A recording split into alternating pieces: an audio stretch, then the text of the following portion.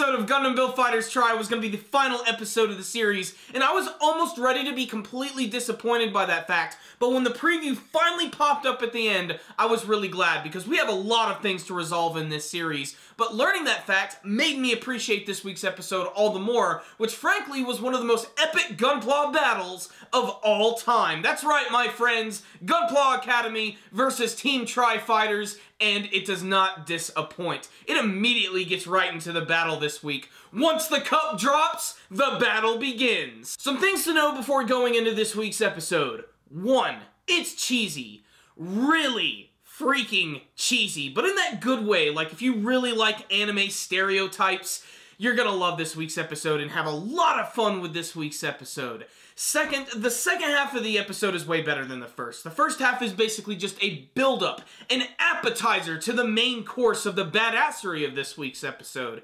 And really, it's just sort of setting up all of the opponents. Of course, eventually, the Tri-Burning Gundam and the Transient Gundam get separated and they're gonna have their own special battle. But then that leaves us with the freaking G-Portent, the Gundam the End, Star-Winning Gundam, and Lightning Gundam Full Burnian, which have an all-out brawl in space. How they get to space, though, is pretty freaking interesting. The episode opens up with Team Tri-Fighters immediately going into the colony, because supposedly they're going to be able to utilize Sekai's ability a little bit more in there due to the whole gravity situation, but the other team decides to come in and start messing their shit up. I especially love how Ado Saga just blasts a massive hole into the side of the colony and ends up running in, and they all do this scene where they all power up their big attacks and their beams, and they all fire them at each other at once, which all eventually converge and completely destroy the colony, which causes members of the teams to be separated, and really just makes for a really visually appealing set piece for the final parts of the battle.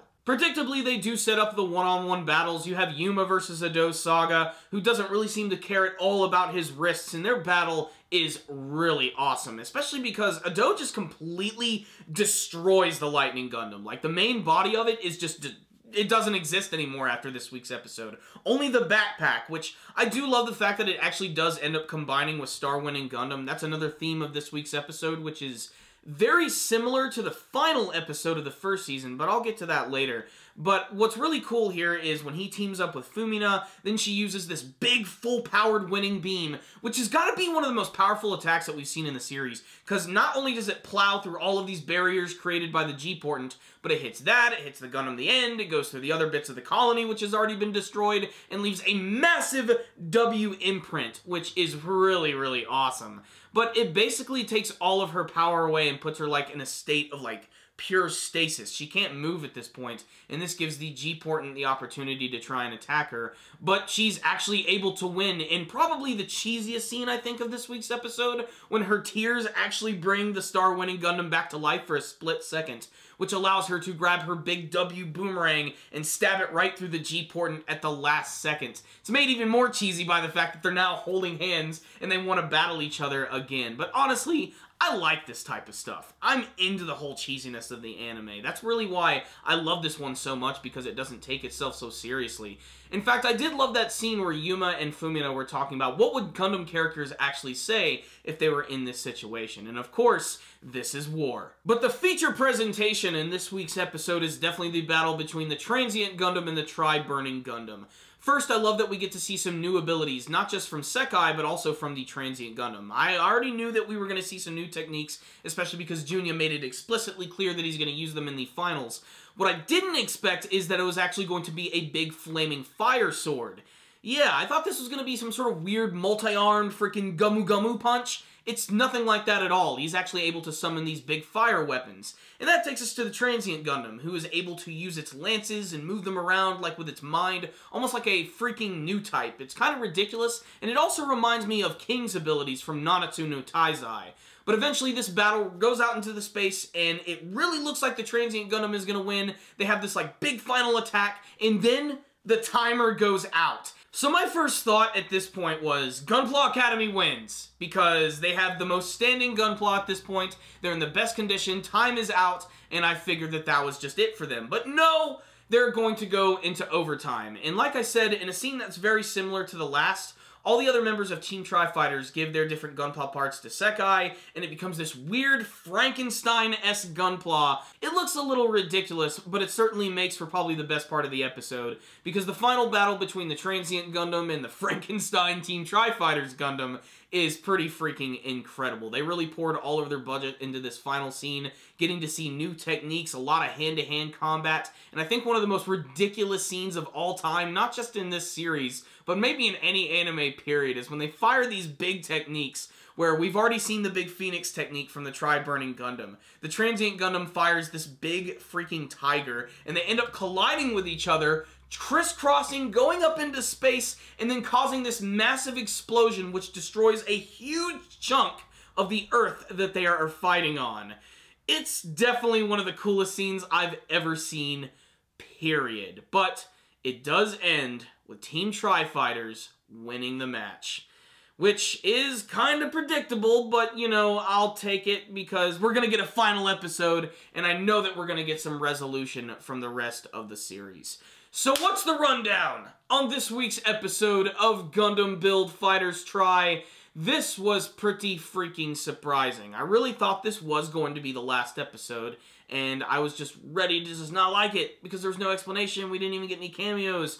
But by the end of the episode, when I saw that preview, I just got pumped up, especially because there is a small scene this week where we do get to see the lower half of Sayori's face, and he basically looks the same, but we still haven't gotten a full shot of this character. I imagine he is going to appear in next week's episode, possibly with Reiji and maybe some of the other characters. And of course, at the very end of this battle, there is the hint that there's going to be the big world championship, and that Sei actually wants to battle with Sekai there. And this could have something to do with this big open tournament, which they've been bringing up at the end of the series, which would just open up another season, which, God, I hope that happens. And, you know, I'm hoping there's going to be an announcement soon for that. Hopefully next week's episode they'll say something or they'll hint towards something. I really don't want next week's episode to be the end because I really want to see all of the characters come back together and have this amazing tournament and maybe try to throw in another like sci-fi villainous element like they did in the first season, because I think that's something that's actually been missing from this one. In many ways, the second season of Gundam Build Fighters is kind of like a springboard for the third season. It's basically trying to create a big franchise out of this, and I'm okay with that. I think it is pretty cool. The final battle this week was really awesome. It is predictable in a sense that, yeah, they do sort of like set up the opponents and everything, and I am a little disappointed that we didn't get to see a little bit more from like the G-Portent piloted by Shia. I was hoping she would do something a little newer, but nah, not really. She basically just used more of the same techniques that she's used before with her lances and her barriers, and that was pretty much it. Ado Saga is awesome. He's just such an amazing character, and I thought there was going to be more of a twist with him and the fact that maybe he wasn't that guy that Yuma fought, mostly because in the flashbacks he just looked so drastically different, but his face was obscured, so that probably has something to do with it. But he was awesome this week, especially because we got to see more of that weird technique where his chest opens up and there's this like weird other mobile suit that's hanging out inside, which has this like weird like unicorn lance on its head, which you can use to drill through people. It's really crazy. I don't know if he's always had that in there, if it's something he's just sort of added for the final battle, but he was really great this week. I also like the scene where he grabbed his gun and bit down on it with the Gundam face, which is on the big fangs, and it still blasted off his arm when it was firing the beam. That final collision with them was really, really intense. Star winning this week was also really cool, mostly with just that big winning beam technique, which was just insane. Star winning didn't really waste too much time in going into its winning mode, and or its real mode, which I'm frankly okay with because it just looks so awesome. It's a Gunpla that I'm really considering picking up. I really want to get it soon, just because it's a unique SD Gundam that can actually transform into like a real mode. I just think that's really unique and awesome, and it definitely reaffirmed the fact that it is my favorite Gunpla from Team Tri-Fighters this week. Even with the coolness of Tri-Burning Gundam creating a big freaking fire sword, I still love Star winning Gundam.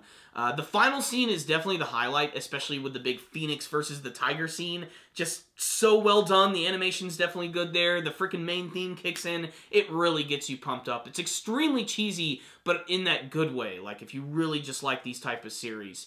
What I will say is I'm really excited for the next episode because it's going to involve the Builders Contest, the Meijin Cup, which is going to bring in some really unique looking Gunpla. If you look at the preview, there's a few that look amazing.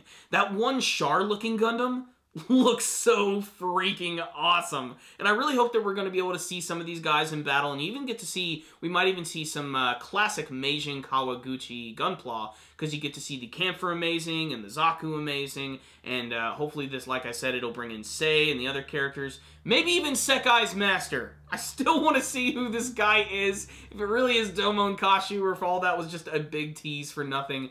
Maybe if there's a third season, we'll see it there. I don't know. There's a lot of possibilities for the rest of this show, and within another episode, they can do a lot of that. And it's cool that Sakai, Minato Sakai, is going to be in next week's episode, because, you know, he's a builder, and this could be an opportunity for his character to actually win and be the champion, and I think that would be really awesome, because I think he certainly has the skills to pay the bills.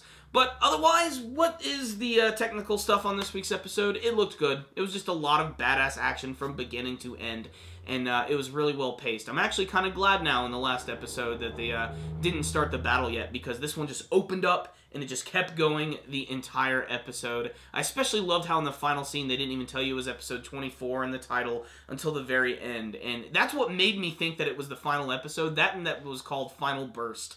But no, we got one more, so let's get excited, guys. Next week is the final episode of Gundam Build Fighters Try. I'm giving this week's episode a 5 out of 5. Action freaking packed, and definitely something you should check out if you're a big fan of the series, or if you're a casual fan of the Gundam anime. Check it out, you might see something you like. Thank you guys for watching my review. Before you leave, please tell me what you thought about this week's episode of Gundam Build Fighters Try in the comment section below. What did you think of the final battle between Team Tri-Fighters and Gunpla Academy? Did you want Gunpla Academy to win? What do you want to see from the final episode of the series? And do you want to see a third season? And if there was a third season, what would you want to see from it? Remember, guys, to like the video and to subscribe to the channel if you have not already. Follow us on social media, and thank you guys again for watching. And remember, as always, to stay dandy, baby.